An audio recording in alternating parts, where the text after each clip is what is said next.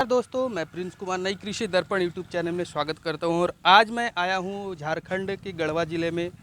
काफ़ी शानदार और एक छोटा सा डेयरी फार्म मैं बोलूँगा। छोटा इसलिए बोलूँगा, थोड़ा सा जगह की कमी है, ऐसा देखने मुझे लगता है।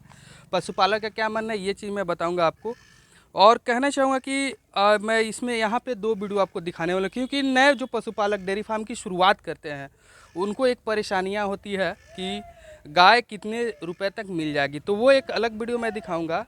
और एक यहाँ के जो मैनेजमेंट कैसे मैनेज किया जाता है, मुनाफा है या घाटा है, इस चीज़ पर एक अलग वीडियो आपको दिखाने वाला हूँ। इस वीडियो में हम आपको बात करेंगे कि डेयरी को कैसे मैनेज किया जाता है, किस जगह पे आपको घाटा हो सकता है, किस जगह पे मुनाफा हो सकता है। तो पूरी की पूरी डिटेल्स लेंगे यहाँ के ऑनर से। तो उसके पहले मैं कहूँगा कि चैनल पर नए हैं तो पहले सब्सक्राइब कर लेंगे, साथ में बेल आइकन का बटन को प्रेस कर लीजिएगा, ताकि जब भी मैं वीडियो बनाऊँ तो आपको अपडेट जो मिलता रहे। उसके पहले मैं आपको फार्म दिखाने के पहले मैं दिखा दूँ, यहाँ पे काउंटर लगा हुआ, कस्टमर सेल हो जाता है, दूध का डायरेक्ट यहीं से सेलिंग हो जाता है। उसके बाद गेट है, गेट आप देखेंगे दो लेबर के सहारे, तीन लेबर के सहारे होता है मैनेज किया। यहाँ पे आप देख पा रहे होंगे कि प्राइस लिस्ट है पूरे ज़िले का। एक यहाँ पे समिति है, दुग्ध उत्पादन संघ है गढ़वा के ज़िला का। मैं समझता हूँ कि ये हर एक शहर, हर एक ज़िले में होना चाहिए।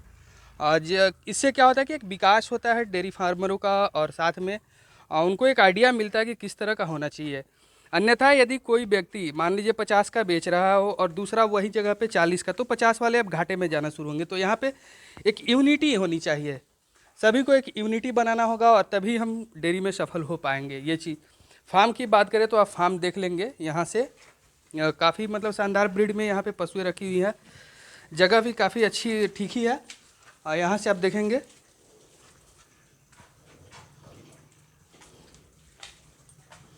काफ़ी अच्छी शानदार ब्रीड में जो है पशुएं यहाँ पे इन्होंने रखी है। अपने घर की बछियाँ तैयार करके इन्होंने बहुत सारे बछियों को तैयार किया हुआ है यहाँ पे। और इस साइड में भी आप देखेंगे तो काफ़ी अच्छी अच्छी नस्ल में जो है पशु है। इन्होंने देसी ब्रीड में भी तैयार काम करना शुरू किया। इन्होंने देसी ब्रीड में भी ज़्यादा थोड़ा सा ध्यान दे रहे हैं।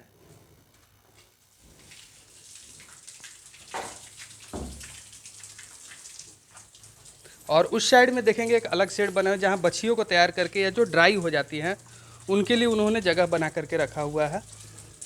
तो आइए यहाँ के ऑनर से हम पूरी की पूरी डिटेल्स लेते हैं। सर, स्वागत है हमारा इस यूट्यूब चैनल में। सबसे पहले आप एक छोटा सा अपना परिचय बता दीजिए और फार्म कहाँ पे है ये बता दीजिए। जी, मेरा नाम हुआ अरविंद कुमार पांडे।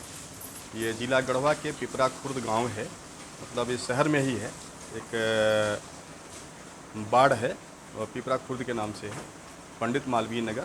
ये गढ़वा जिला झारखंड में ये स्थित है।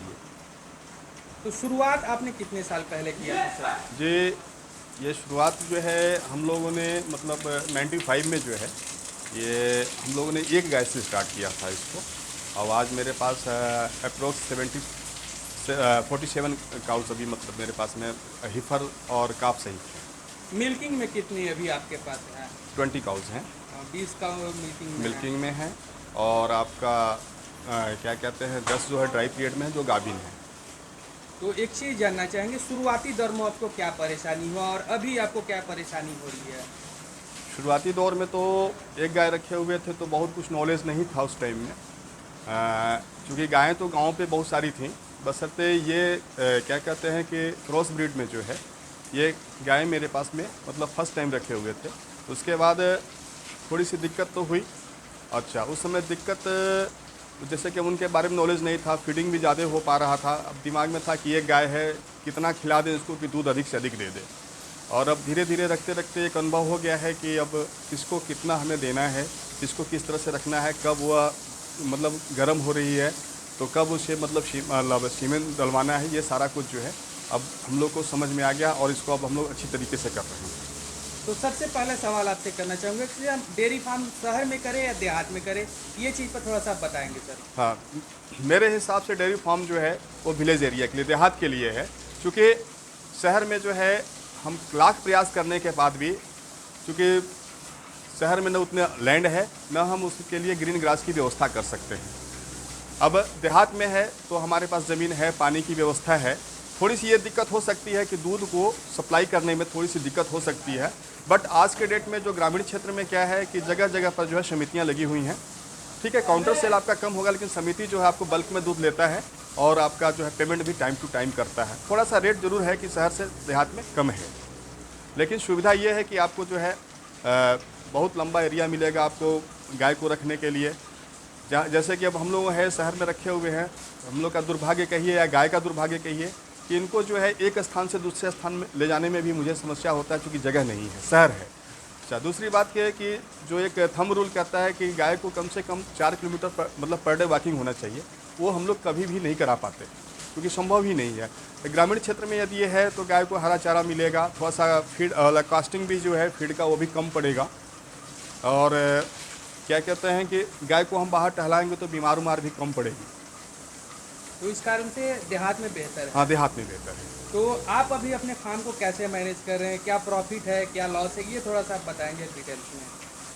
प्रॉफिट तो हम बहुत नहीं कर सकते, क्योंकि शहर में रह रहे हैं और सारा कुछ हम लोग ड्राई फीड्स के ऊपर डिपेंड है, जो कि मतलब हर चीज़ को हमको खरीदना है और ख़रीद के खिलाना है, और गाय के हेल्थ से संबंधित भी हमको ध्यान रखना है इस चीज़ को लेकर। तो हमको अच्छा फीड ही खिलाना है। थोड़ी सी कॉस्टिंग तो ज़्यादा पड़ रही है। अगर यही चीज़ हम देहात में होते तो आसपास से हमको और भी मतलब वही अनाज हमको आसानी से मिल जाता, और उसका हम जो है इनकी फीडिंग में उपयोग ले आ पाते, और ग्रीन ग्रास मिलता है, जिससे कि मिनरल्स वगैरह की कमी या कैल्शियम वगैरह की कमी कभी कभी देखने को मिलता है, या बहुत सारे फॉर्म में लोग मिनरल्स और कैल्शियम नहीं देते हैं, जिसकी वजह से उनकी गाय जो है दुर्बल दिखाई देती हैं या उनको और भी समस्या होता है।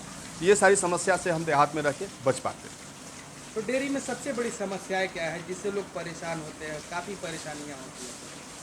जैसे अभी के डेट में है, डेयरी में सबसे बड़ी समस्या, अगर आपका बड़ा डेयरी फार्म है, आप सेल्फ नहीं कर पाते हैं तो एक लेबर का प्रॉब्लम है।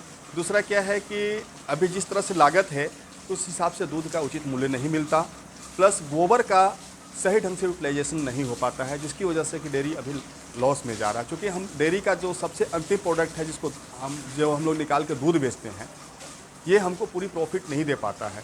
हमारा जो बेहतरीन जो गोबर है उसका हमारे पास कोई उपयोग नहीं है, कोई किसान उपयोग कर भी नहीं रहा है। यदि उसका वर्मिंग कंपोस्ट बनाता या अभी उसका कास्ट बनता है, उससे अगरबत्ती बनता है, ये सारा कुछ अगर स्टार्ट हो जाता तो इससे जो है प्रॉफिट जो है वो, जैसे लेबर कॉस्ट उससे निकल जाता, आपका कुछ फीडिंग का कॉस्ट निकल जाता, तो डेयरी में ये प्रॉफिट का काम होता।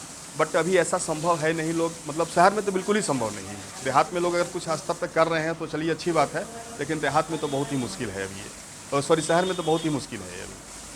तो अभी आप इनको खाने में क्या क्या देते हैं, कैसे देते हैं, थोड़ा सा इन पर भी बताएंगे इस बात। अभी जैसे खाने में मतलब जब तक हमको मिलता है, हमने गेहूं का भुस्सा और मक्का का दरिया, और क्या कहते हैं कि बिल्कुल बैलेंस डाइट, जैसे उम्दा क्वालिटी का जो क्या कहते हैं पशु आहार जो भी है, जिसमें कि हर कुछ एक बैलेंस डाइट में मिला हुआ है। मिनरल्स देते हैं, कैल्शियम देते हैं, और नमक वगैरह, सोडा, मीठा सोडा वगैरह, ये सब भी बीच बीच में जो है इनको देते रहते हैं। टाइम टू टाइम डिवर्मिंगकरण करते हैं इनका, टाइम टू टाइम वैक्सीनेशन करते हैं। क्या क्वांटिटी होनी चाहिए देने का, जो भी चीज़ें आप दे रहे हैं इनको क्या किस क्वांटिटी में दें? जैसे बैलेंस डाइट में जो थंब रूल है उसके हिसाब से पर लीटर 400 ग्राम जो है उनका बैलेंस डाइट देते हैं, प्लस 1.5 kg से 1.25 kg के आसपास में पर डे जो है उनके बॉडी के लिए देते हैं, जो जितना मिल्किंग है उसके हिसाब से। और जो गाभिन गाय हैं उनका औसतन 7 से 8 kg जो है दिन भर में बैलेंस डाइट उनको देते हैं। उसके अलावा इन लोगों में रोग को लेकर के क्या प्रॉब्लम आती है सर? जैसे अब तो हर क्षेत्र की तो बता नहीं पाएंगे हम, लेकिन हमारे क्षेत्र में जो है थैनेला और क्या कहते हैं जिसको अपना स्टैटिस बोलते हैं, और दूसरा जो है क्रॉस ब्रीडिंग का जो है, ये बहुत बड़ी समस्या है। मतलब गाय रिपीट केस जो है इतना तगड़ा है जिसका कोई हिसाब किताब नहीं, और बहुत अच्छे तरीके से जो है उसका डिलीवरी होता है। डिलीवरी होने के बाद प्लेसेंटा भी बहुत अच्छे तरीके से आता है। उसके बाद भी पता चला कि जब टाइम आया तो गाय जो है पता चलता है कि गाय में इन्फेक्शन है। तो ये बहुत पीछे क्या रीजन है, इन्फेक्शन के पीछे क्या रीजन हो सकता अब है? हो सकता है कि ये जो आज हम लोग जो सीमेन दूध दिलवाते हैं, तो मतलब मे भी यह मेरा सोच है, हो सकता है कि सीमेन के साथ में जो है ये समस्या आ रही हो, या प्रयास तो हम लोग का ही रहता है कि उम्दा क्वालिटी का जो है सीमेन अच्छे, जैसे SSG ये सब का जो सीमेन हम लोग मंगवाते हैं, करनाल का सीमेन डलवाते हैं, या अभी डेनमार्क का जो सीमेन आ रहा है ये डलवाते हैं, तो हो सकता है कि इसके माध्यम से भी आए।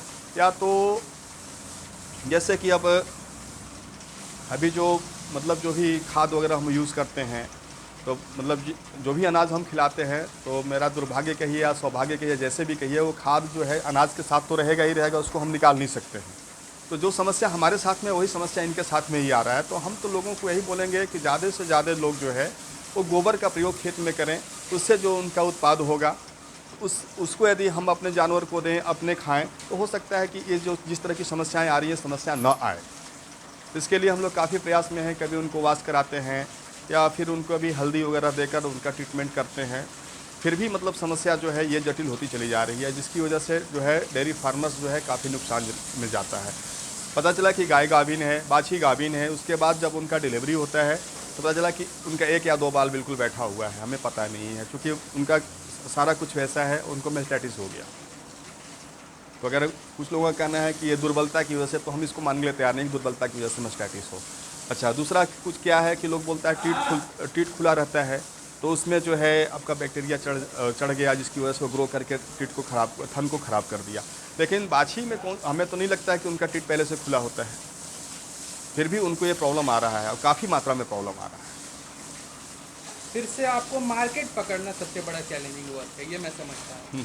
ये कैसे आपने पकड़ा सर? एक्चुअली क्वालिटी के ऊपर मेरा जो है मतलब अब अपने मियाँ मिट्ठू बनने वाली बात हो जाएगी। मेरी जो है वो दूध की क्वालिटी जो है, क्योंकि मैं मतलब इनको जो डाइट देता हूँ बिल्कुल बैलेंस डाइट देता हूँ, तो दूध का काफ़ी अच्छा क्वालिटी भी आता है और मार्केट में मुझे अच्छा प्राइस में भी मतलब अप्रोक्स काउंटर सेल जो मेरे पास 250 से 300 लीटर दूध है, इसका जो है मतलब 55 रुपये पर लीटर के हिसाब से सारा दूध मेरा निकल जाता है।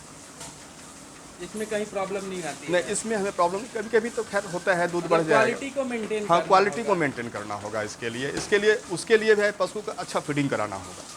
सबसे मस्ट है यही। मान लीजिए कि ठीक है, गाय तो दूध देगी, कुछ भी खिला दीजिएगा दूध दे देगी, बट दूध की क्वालिटी जब तक अच्छी नहीं होगी तब तक मार्केट में बिकेगा नहीं। जो स्टैंडर्ड मानक है वो दूध का होना चाहिए। तो फेस्टिवल के समय में दूध सेल करने में काफ़ी परेशानियाँ होती है, मैं समझता हूँ कि क्योंकि शहर में देहात से लोग आके बसते हैं, दूध लेते हैं, फिर वो चले जाते हैं फेस्टिवल के टाइम में। तो उस समय में दूध का क्या होता है सर? उस समय दूध जो है हमारे यहाँ समिति है, मेरे पास में ही समिति है, और क्या कहते हैं मेधा के नाम से जो हमारी समिति है झारखंड के अंदर में, तो लगभग एक प्रोस उनको जो है लीटर 2 लीटर तो लगभग पर डे ही देते हैं। लेकिन फेस्टिवल के टाइम में जो भी दूध बचता है वो मेधा को चला जाता है।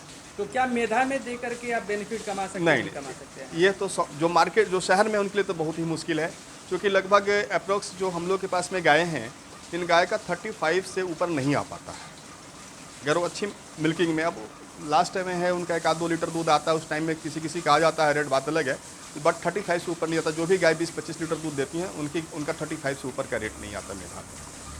तो अभी आप प्रॉफिट में जा रहे हैं, लॉस में जा रहे हैं, ये चीज़ बताएंगे हमारे दर्शकों? अगर ओरिजिनलिटी जानना चाहेंगे तो अभी मैं फिलहाल लॉस में हूँ। बिल्कुल, मैं रियलिटी ही है कि अभी मैं लॉस में हूँ। लॉस में जाने का पीछे क्या रीज़न है सर? लॉस में जाने का पीछे का रीज़न है कि जैसे महंगाई तो काफ़ी बढ़ गई और दूध का रेट जो है वो वहीं पर है, लेबर कॉस्ट बढ़ गया, फीडिंग का कॉस्ट बढ़ गया, और कभी लॉस में अगर उस हिसाब से कहेंगे तो कुछ जैसे कि हमारा शौक़ है, हम हीफर पालते हैं, बछिया पालन करते हैं। बछिया हम अपने एक भी बाछी बाहर नहीं बेचते कभी, उनको अपने यहाँ ही तैयार करते हैं।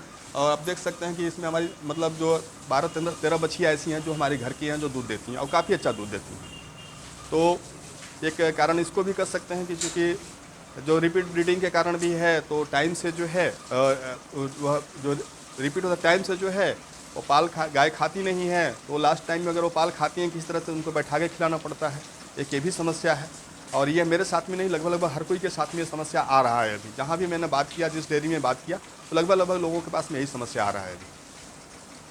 तो लॉस में आप जा रहे हैं, फिर भी आप इसको कैसे मैनेज कर रहे हैं? इसकी भरपाई हो पाएगी, नहीं हो पाएगी? बस इसी आस में है कि आगे चल के इसकी भरपाई होगी, हमारी बछिया बड़ी होंगी, तैयार होंगी, तो उनसे जो दूध आएगा तो ये है कि उससे धीरे धीरे जो है सो मेरा भरपाई हो जाएगा।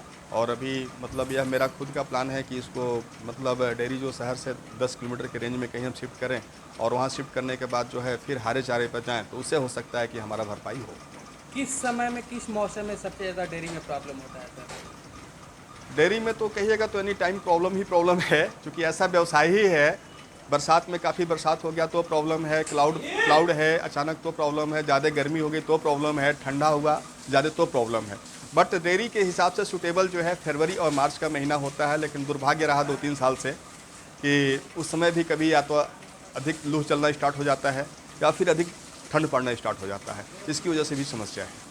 तो अब आपके स्ट्रक्चर पे हम आते हैं सर। आपका ये शेड का हाइट कितना रखा है आपने अभी तक? अभी शेड का हाइट है वो तो मतलब उस टाइम में स्टार्टिंग में हमने बना दिया था, बट अभी ये इसका जो हाइट है लगभग 10 फीट है। सेंटर से हाँ सेंटर से। और साइड से सर कितना हो सकता साइड से लगभग वही आपका 7 साढ़े 7 8 फीट के आसपास। है? और ये एक गाय का रखने के लिए आपने कितना जगह बनाया हुआ है सर? ये गाय का रखने के लिए लगभग साइड से लगभग 4 फीट के आसपास का मतलब स्पेस है। 4 फीट का। हाँ मतलब कि इसकी चौड़ाई मैं जानना चाहूँगा सर, ये जो एरिया आप इसमें दिखा रहा हूँ अभी, अच्छा। इसकी चौड़ाई कितनी होगी? इसकी चौड़ाई लगभग नाली को लेकर 10 फीट का है, ठीक है, लेकिन 8 फीट इसको खड़ा होने का लगभग ये है। थोड़ा सा कम तो है, जरूर है कि कम है। जी बिल्कुल, ये तो हाँ। मैं समझ।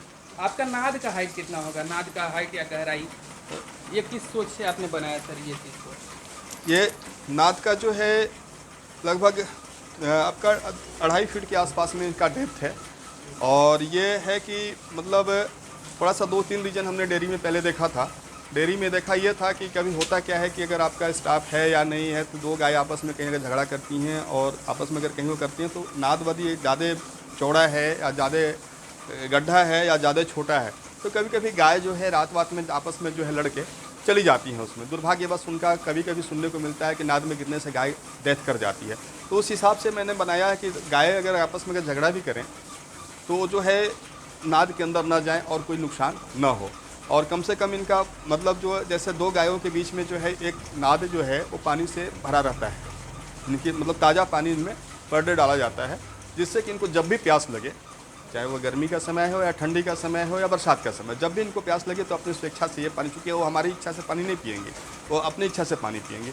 तो इसके लिए नाद की व्यवस्था जो है वो 2 गायों के बीच में एक नाद रखा गया है जिसमें कि हर समय पानी भर के रखा रहता है। नए पशुपालक डेयरी फार्म को शुरुआत करना चाहते हैं, उनके लिए आप क्या संदेश देना चाहेंगे अपने शब्दों में? अगर नए पशुपालक है, यदि डेयरी अगर उनके पास ऑप्शन नहीं है, डेयरी अगर स्टार्ट करना चाहते हैं तो मेरे हिसाब से वो अलॉट ऑफ मतलब बहुत बड़े पैमाने पर डेयरी को स्टार्ट ना करें। कम से कम 1-2 पशु को लेकर स्टार्ट करें, उससे उनको समझ में आ गया कि डेयरी में क्या लाभ है क्या हानि है। उसके बाद उनको यदि अच्छा लगता है तो उसको धीरे धीरे जो है सो अपना आगे बढ़ाएँ। लेकिन हम सबको यही सलाह देंगे कि शहर से हटके ही आप डेयरी डालें, क्योंकि शहर में जो रह के हम जिस दंश को झेल रहे हैं, हम नहीं चाहते कि कोई नया पशुपालक जो है वो इस दंश को झेले। इतनी सारी जानकारियाँ से इसके लिए से बहुत बहुत धन्यवाद।